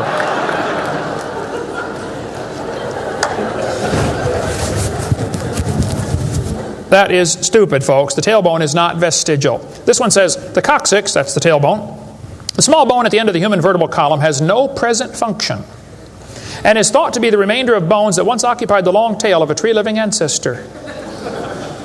I was taught when I went to school, man used to have a tail, but he lost it because he didn't need it. I thought, didn't need it? Have you ever thought how handy a tail would be? Have you ever come to the door with 2 sacks of groceries? Wouldn't that be nice, man? Be able to grab that door and walk right around and get in it? Lost it because we didn't need it. Man, you could drive the car and tune the radio knob and hold the Coke at the same time. We're going to going to tell the kids that lobe-finned fish show evolution. Yes, boys and girls, during the Devonian period, 410 million years ago, there were fish with lobe fins. What that means is a short arm and then the fin grows. Well, that's stupid, okay? The lobe-finned fish are still alive. They're called the coelacanth. And when they found the first coelacanth in 1938, first people didn't believe it. They said it can't be true because they died millions of years ago. When they finally proved, yes, they're still here, all they said was, wow, they survived for millions of years. Never dawned on them to maybe question the whole theory. Never dawned on them. When Dr. Roy Mackal went to Africa and did expeditions on dinosaurs still alive in the African swamp, University of Chicago microbiology professor Dr. Roy Mackal wrote this book. He went over there twice, interviewed folks who've seen living dinosaurs. People who've never seen a white man. When he showed them the Apatosaurus, they said, yeah, that's Mokele Mbembe. He lives out in the river. He's not friendly. Don't get close. Dr. Mackal said, fellas, that's a dinosaur. They've been dead for 70 million years. The natives said, well, we're sorry. We didn't know about that. All we know is we see them out there once in a while. So Mackal gets back, writes this book, and says, folks, there are still some dinosaurs alive in Africa. Then he says, it's amazing. They survived for 70 million years. Never will cross his brain that maybe your basic theory is wrong. That thought will never enter his mind, I don't think. It ought to. Lobe-finned fish are still alive, folks. They tell them trilobites are good index fossils for rock that is 600 million years old. Well, that's stupid, okay? There's a human shoe print where a guy stepped on and squashed a trilobite. How could a human step on a trilobite? If they're 500 million years ago. One guy said, maybe aliens visited the planet and stepped on a trilobite. Trilobite had the most sophisticated eye ever found in nature. It's one of the first animals to evolve, and it's already got the most complex eyeball. I don't think so. The whole thing about index fossils is stupid. Okay, there aren't any index fossils. The graptolites are the index fossil for 410 million year old rock, and yet they're still alive right now in the South Pacific. They tell the kids the dinosaurs are index fossils for 70 million year old rock. Folks, dinosaur blood was found inside the bone. Don't you think it's going to decay in less than 70 million years? There's enormous evidence that man and dinosaurs have always lived together. We covered that for 2.5 hours on video number 3 of our Blue series of tapes. Gene Thomas, missionary friend of mine, was in the Congo swamp for 42 years as a missionary. He said, I had 2 pygmies in my church that killed and ate one. Yes, dinosaurs are still alive. California, 1925, this thing washed up on the beach called California's Nessie. Laid there on the beach and rotted away. Here's a guy behind it with a rifle. In the front you can see the critter's head. Neck going off to the right. The neck was 20 feet long. One atheist wrote me a letter and said, Hovind, you're so stupid. Don't you know that was a whale? Show me any neck on a whale, would you please? No, I think dinosaurs have always lived with man. They were called dragons for most of history. People killed most of them. There could be a few still around. It wouldn't affect me at all, okay? I don't think there's a lot of them, but there could be a few still out there. They changed the name in 1841 to dinosaur. That's all that happened. And man exterminated most of them. They're mentioned in the Bible. We cover all that in video number 3. They're going to tell the kids, we've got evidence for evolution. It works by natural selection. Well, yeah, natural selection works. But see, evolution is based on 2 faulty assumptions. Number 1, they say mutations make something new. That's never been observed. And natural selection makes it survive. That's never been observed. That sounds good theoretically, but it's never been observed. Mutations happen, there's no question. Okay, thousands and thousands of mutations happen. But even guys like Pierre Gross will say, no matter how numerous they may be, mutations do not produce any kind of evolution. They're only scrambling existing information. They're not adding anything new. Here's a 5-legged bull. That's a mutant. There's no new information added. Doesn't the bull already have the gene code to make a leg? You just built one in the wrong place, that's all. This is not new information. This is scrambled information. That's not new. Here's a short-legged sheep. He's the first one the wolf is going to catch. Go, boys, go. Here comes the wolf. Herman didn't make it. Here's a 2-headed turtle. That's a mutant. Not ninja, but he's mutant. He's going to freeze first winter. Nobody makes a turtleneck sweater. I've never seen one. I've been looking. See, a mutation is scrambling information that already exists. It's like you can take the letters from the word Christmas and get all sorts of different words, scrambling them up. But you never get Xerox, zebra, or queen. The letters aren't available. And a mutation does not give you new information. It scrambles existing information. This textbook shows the kids a 4-wing fly. Look what it says now, kids. You've got to be careful or you'll be tricked on this one. Normal fruit flies have 2 wings. This mutant has 4. This rare mutation, like most mutations, is harmful. Look what it says. Beneficial mutations are the raw material for natural selection. Oh, why didn't they show us one? Why did they show us an example of a bad mutation and tell us that good ones is how it works? Show me a good one. You know why nobody's ever shown a good mutation? Because nobody's ever seen a good mutation. One professor I was debating said, I know a good mutation. He said, people in Africa that get sickle cell anemia cannot get malaria. Wow, that's like saying if you cut off your legs, you can't get athlete's foot. Yeah, you're probably right, but that's not a beneficial mutation. They tell them evolution and natural selection go together. He says, this textbook says natural selection causes evolution. That's stupid, okay? Natural selection doesn't cause any evolution. Natural selection is a conservative process that keeps the species strong. That's all it does. That's all it can do. It has no creative properties. Natural selection, nature can only select what there is to select from. If I said, I'm going to go around the world, I'm going to try to raise a race of people that are over 12 feet tall. So everybody under 12 feet tall, we're going to kill them. Year after year, we kill everybody under 12 feet tall. Well, there's nobody to select from, is there? Natural selection can only select what there is to select from. It's a conservative process. If you worked in a factory that produced cars and your job was to check for defects, you know, kick the tires, slam the doors, etc., drive it around, and you caught every single mistake and you rejected it, how long would it take that process to change the car to an airplane? You say it'll never change it. That's my point. Natural selection is like a quality control. It makes sure the bad ones don't survive, but it's not going to change it to something else. Survival of the fittest does not explain arrival of the fittest. And by the way, survival of the fittest is what is called a tautology. Kids, there's a big word. You can learn this. You can use this one on your brother.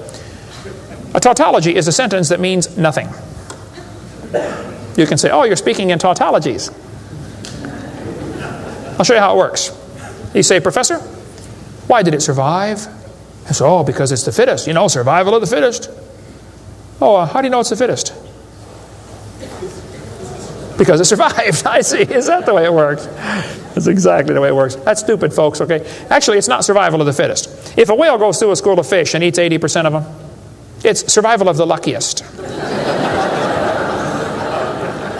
I mean, if a snake crawls into a bird's nest and eats 3 out of 4 eggs, does the snake select the weakest of the birds to eat? There's still an egg, man. He's going to eat them all. Okay? Then they do the thing with the fruit flies for the kids. They'll say, boys and girls, we raised flies in the laboratory and we nuked them and microwaved them and x-rayed them, and we got these flies to have mutated babies. We got flies with curled wings. They fly around, bzz, bzz, bzz, couldn't go anywhere. They got flies with no wings. What do you call that? A crawl. You can't fly. They raised all these mutated flies in the laboratory and said, you know what, folks? Every fly we got was worse off than Grandpa Fly. Yeah, so? So they tell the kids, you see, this proves that flies have evolved as far as they can go. No, this proves you're messing up with perfectly good flies, okay? God made them right and you're messing them up. Now leave them alone, all right? This guy says, we've got proof for evolution because flies in the north have wings 4% larger than flies in the south. That's proof we all came from a rock. That's stupid, I'm sorry. Then they tell the kids, boys and girls, today you're going to learn to think critically. Watch this sentence here carefully. Some kids doing this for homework tonight. Boys and girls, do you think humans are still evolving? Now what kind of question is that? That's one of those questions like, have you stopped beating your wife yet? Well, if I say yes, I'm admitting I did. If I say no, I'm still doing it. Wow. All right. Go back and look at the original question. Do you think humans are still evolving? Doesn't that question assume that evolution has happened? What if a kid doesn't believe in evolution? How's he supposed to do his homework tonight? That question does not teach him how to think critically. That teaches him what to think, not how to think. That's a Soviet-style indoctrination type question, and the textbooks are full of them. They're not learning how to think. And when the kid gets done with this course, he's going to think he knows how to think. But he doesn't. He knows how to be told what to think. Brainwashing at taxpayer expense. Quite a few lies in the textbooks covered in this one. We got a lot more in video number 4. Adolf Hitler said, "You let me control the textbooks, I'll control the state." What is in these books anyway? There's a lot of good science in there, but there's some poison. Professor Wilson at Harvard University said, "As were many persons from Alabama, I was a born-again Christian. When I was 15, I entered the Southern Baptist Church with great fervor and interest in the fundamentalist religion. I left at 17 when I got to the University of Alabama and heard about evolution theory. 1 year of college destroyed his faith." Philip Wentworth said, "When I went to Harvard in the fall of 24, I was not only a Christian, I was a candidate for the ministry. Then for 4 years I underwent a process of mental readjustment which shook my little world to its foundations. Through it all, one thing was clear to me. If I could reconcile religion with intelligence, I knew that I could go on into my chosen career fortified by the experience. If I could not, every consideration of honor would compel me to make other plans. In the end, I gave up the ministry." Scott wrote me a letter and said, "Dr. Hovind, until I went to college, my faith in God was sound. My college history class helped destroy that faith. I started to doubt the Bible and God's Word. I even started to doubt Jesus was truly God's Son and that He died and rose for my sins. My best friend showed me your tapes and I was in awe of what I saw. Everything I thought I knew about life was changed." Praise God. People will sit home and watch a video that you will never get to come to church. Especially men. If they're sitting at home holding the remote. There's this feeling of power surges through their body. How many know what I'm talking about? Now come on, be honest, okay? Right? That's why we purposely leave my videotapes uncopyrighted. Copy them and give them to your friends, man. Get them saved. All right? 75% of the kids from Christian homes that go to public schools are going to lose their faith after 1 year of college. 75%. Professor Bonar said, "Evolution is a fairy tale for grown-ups. The theory has helped nothing in the progress of science. It is useless." Malcolm Muggeridge said, "I am convinced the theory of evolution, especially the extent to which it's been applied, will be one of the great jokes in the history books of the future." It's a joke. And it would be a joke if it weren't for the tragic results. How many kids are taught this thing every day and believe it, and it destroys their faith? Adolf Hitler was a strong believer in evolution. He thought the Jews were an inferior species and needed to be eliminated for the good of humanity. Joseph Stalin was an evolutionist. Trotsky was an evolutionist. Pol Pot from Cambodia was a strong believer in evolution. We covered lots more on that in video number 5. Scientists who go about teaching that evolution is a fact of life are great con men. The story they are telling may be the greatest hoax ever. In explaining evolution, we do not have one iota of fact. Evolution is a shell game. You ever seen those shell games where they put the pea down there and they put the 3 shells on it and the guy tries to get you confused, you know, he misses them around? Evolution is like a shell game. If you ask the biologist, where's the best evidence for evolution? He'll say, oh, it's in geology. I debated Dr. Pigliucci. It's debate number 12, I think, of my series out there, of the red series of tapes. Those are debates. I said, Dr. Pigliucci, you have gotten $650,000 in grant money to study evolution of plants. You've been teaching a course on the evolution of plants for 30 years. What is the best evidence of evolution you're aware of? And he said, the evolution of whales. You're a botanist telling me the evolution of whales is your best evidence? It's always this way, folks. The geologist thinks the anthropologist has the evidence. The anthropologist says, oh no, we don't have it. The biologist has it. It's a shell game. The only problem is there's no pea under any of them. Nobody has the evidence. It's a joke. Sir Arthur Keith was selected to write the foreword to Darwin's book when it was republished in 1959 because he was a strong believer in evolution. Arthur Keith said, "Evolution is unproved and unprovable. We believe it because the only alternative is special creation. And that is unthinkable." I mean, you're not even allowed to think that maybe there's a creator? The only alternative. He's right, by the way. The Russian atheist astronomer came to America and spoke at one of the universities, and he started off his speech. He said, "Folks, either there is a God or there isn't." I thought, boy, this guy's brilliant. He nailed that point right on the head. I got to give him credit for that one. And then he said, "Both possibilities are frightening." I thought, wow, that's a good statement. You see, if there is a God, we better find out who He is and find out what He wants and do what He says. If there is no God, we're in trouble. We're hurtling through space around the sun right now at 66,000 miles an hour, and nobody's in charge. That's a scary thought. It's real simple. The Bible says, in the beginning, God created the heaven and the earth. The Christian view of history is very simple. God made the world in 6 days just like He said He did. And that explains all the symbiosis relationships. How can certain animals and certain plants require each other? Which one evolved first? There are zillions of symbiosis relationships that can't be explained by evolution. The pre-flood world was very different. The people lived to be 900 years old. We cover that on video number 2, why they lived to be 900. You can check out my website and see them right there, drdino.com. During this time when people lived to be 900, reptiles grew to be huge. See, reptiles, even today, never stop growing. Reptiles grow all their life. So if a reptile lives to be 900 years old, he's going to get real big. Dinosaurs were big lizards that lived with Adam and Eve. And then Noah took dinosaurs on the ark. People say, dinosaurs on the ark, they're kind of big, aren't they? Well, the big ones were big, but the little ones were little. And Noah was 600 years old when he built that boat. I bet he was smart enough to figure out, you don't have to bring the biggest ones you can find. Bring 2 babies. Just be sure to get a pink one and a blue one. That'll be important later. After the flood was over, people killed most of the dragons, as they were called. That's why there's legends of dragons all through history.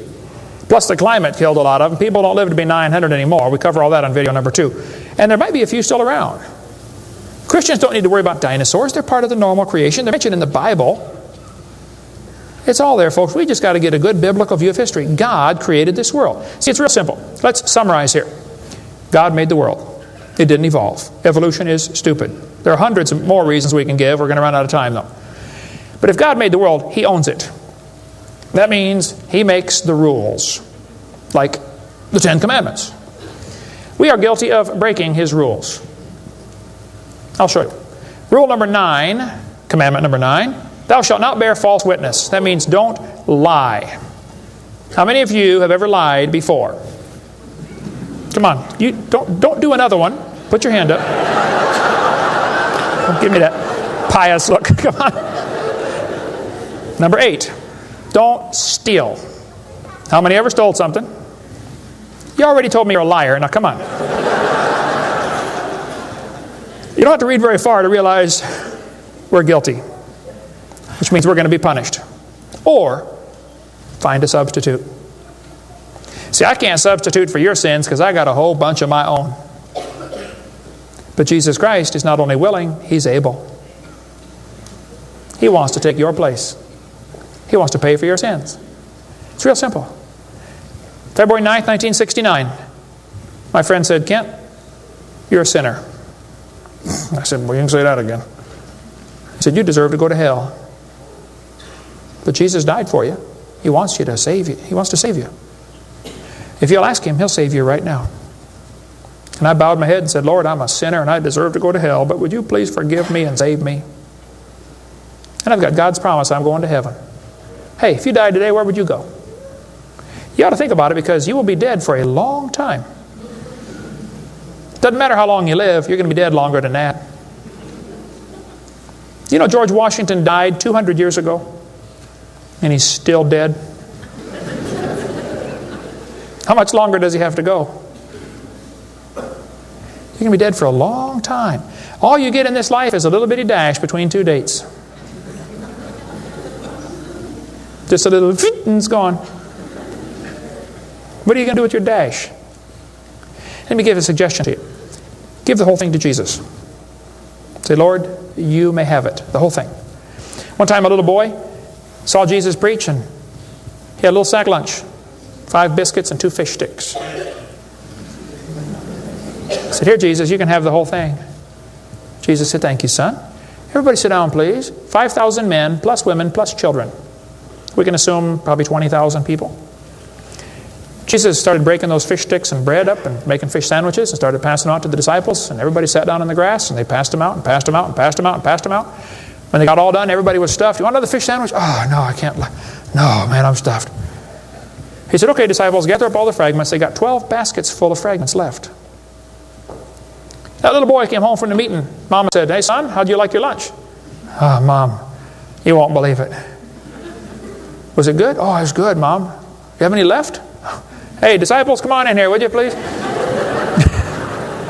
See, he decided to give it all to Jesus. Now, he ended up getting fed himself. He's one of them 20,000 that got fed, you know. He could have kept it and got fed, or he could give it away and get fed. Worked the same either way. If you could learn to give your life away to Jesus, you will get a wonderful life. Plus, it'll bless lots of others. Some of you ought to quit worrying about knocking that dumb ball into the hole in the dirt and start worrying about who's going to heaven or hell. And you ought to quit worrying about getting a fancier car and a fancier house and start worrying about who's going to heaven or hell. Maybe God gave you that good job so you can give some money to missionaries. Not so you can build a bigger, fancier house. You know what we need in this country? We need a Christian Barney. How many kids in this town tomorrow are going to be taught evolution? On Discovery Channel, Nature Channel, National Geographic, textbooks, library books. How many? Thousands of them. And they're going to use dinosaurs, aren't they? Little 4-year-old kids get a book. Hey, boys and girls, dinosaurs lived millions of years ago. Isn't that what they say? Why don't one of you get yourself a purple costume? Get all the neighborhood kids together. Hey, boys and girls. We're going to sing now. God loves you, God loves me. He wants you in His family. If you'll ask Him now, He'll come into your heart, and of His family you'll be part. Shouldn't they learn that instead? Folks, somebody's got to reach these young kids. You ought to get some videos or something. My material's not copyrighted. You can use mine any way you want. Hey, what on earth are you doing, for heaven's sake? What are you doing for the Lord? I saw this tombstone the other day at a cemetery. Wayne Strickland, atheist. Hasn't died yet. He said, I'm a busy man, don't have time for this. I'm sorry, Wayne. You're going to have lots of time here coming up soon. Claims to be an atheist. Interesting. The Bible says the fool has said in his heart there is no God. Did you know God doesn't believe in atheists? Think about that one. Where would you go if you died?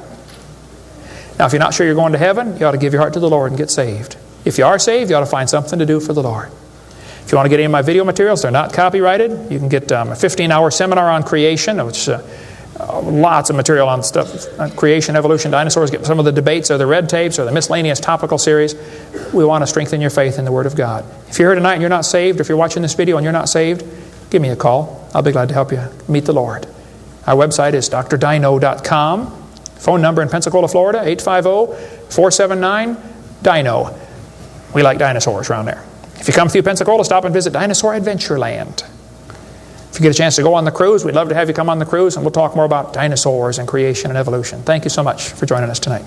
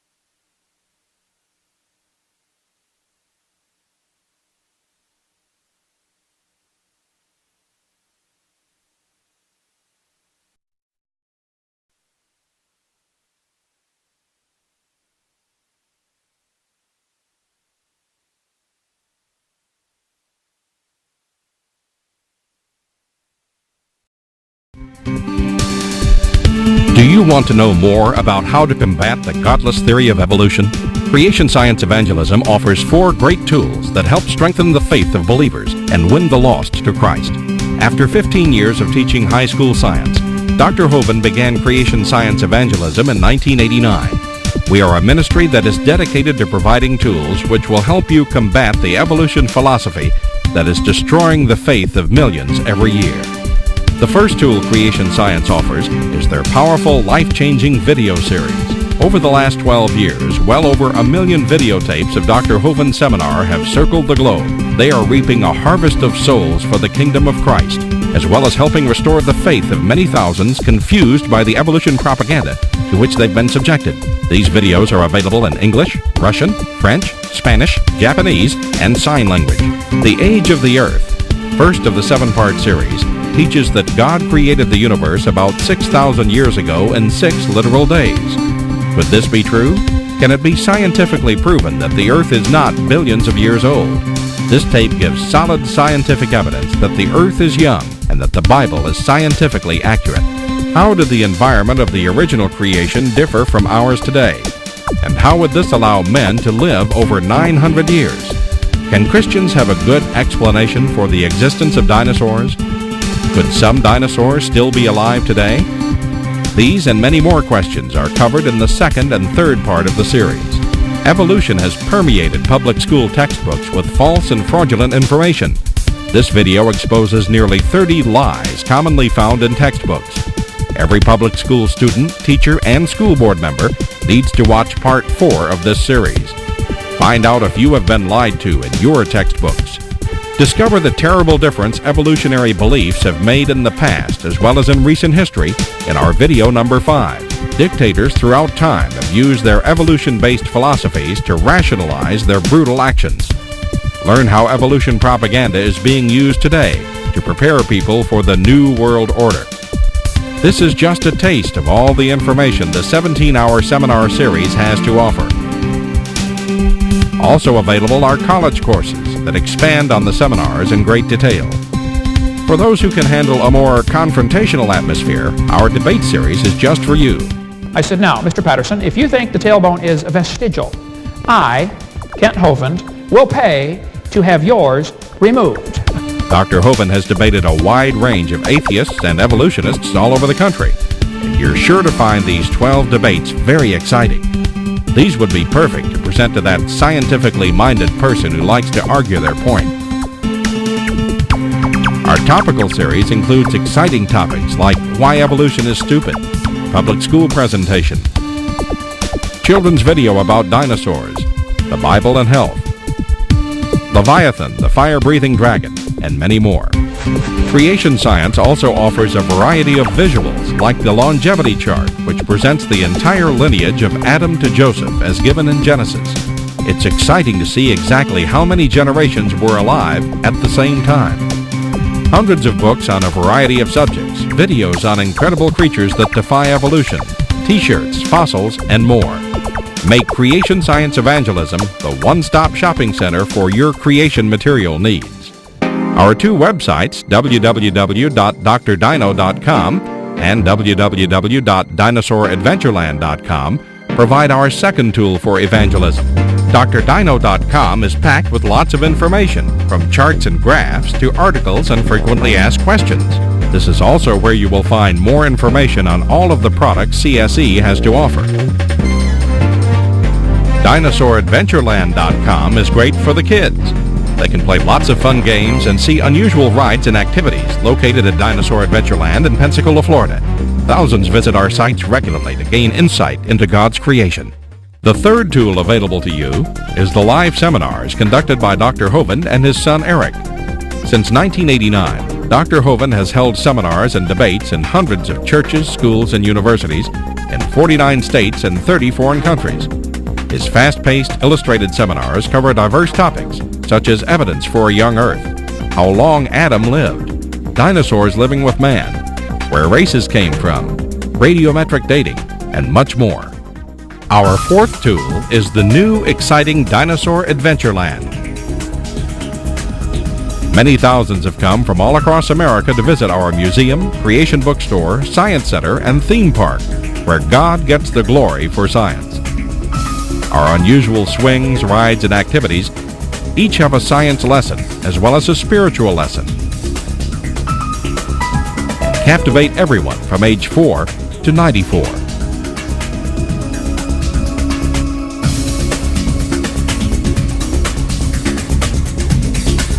To order material, find out how to schedule a seminar at your church, or get more information about Dinosaur Adventureland, write to us at Creation Science Evangelism, 29 Cummings Road, Pensacola, Florida, 32503, or call us at 850-479-3466, or toll free in the U.S. 877-479-3466.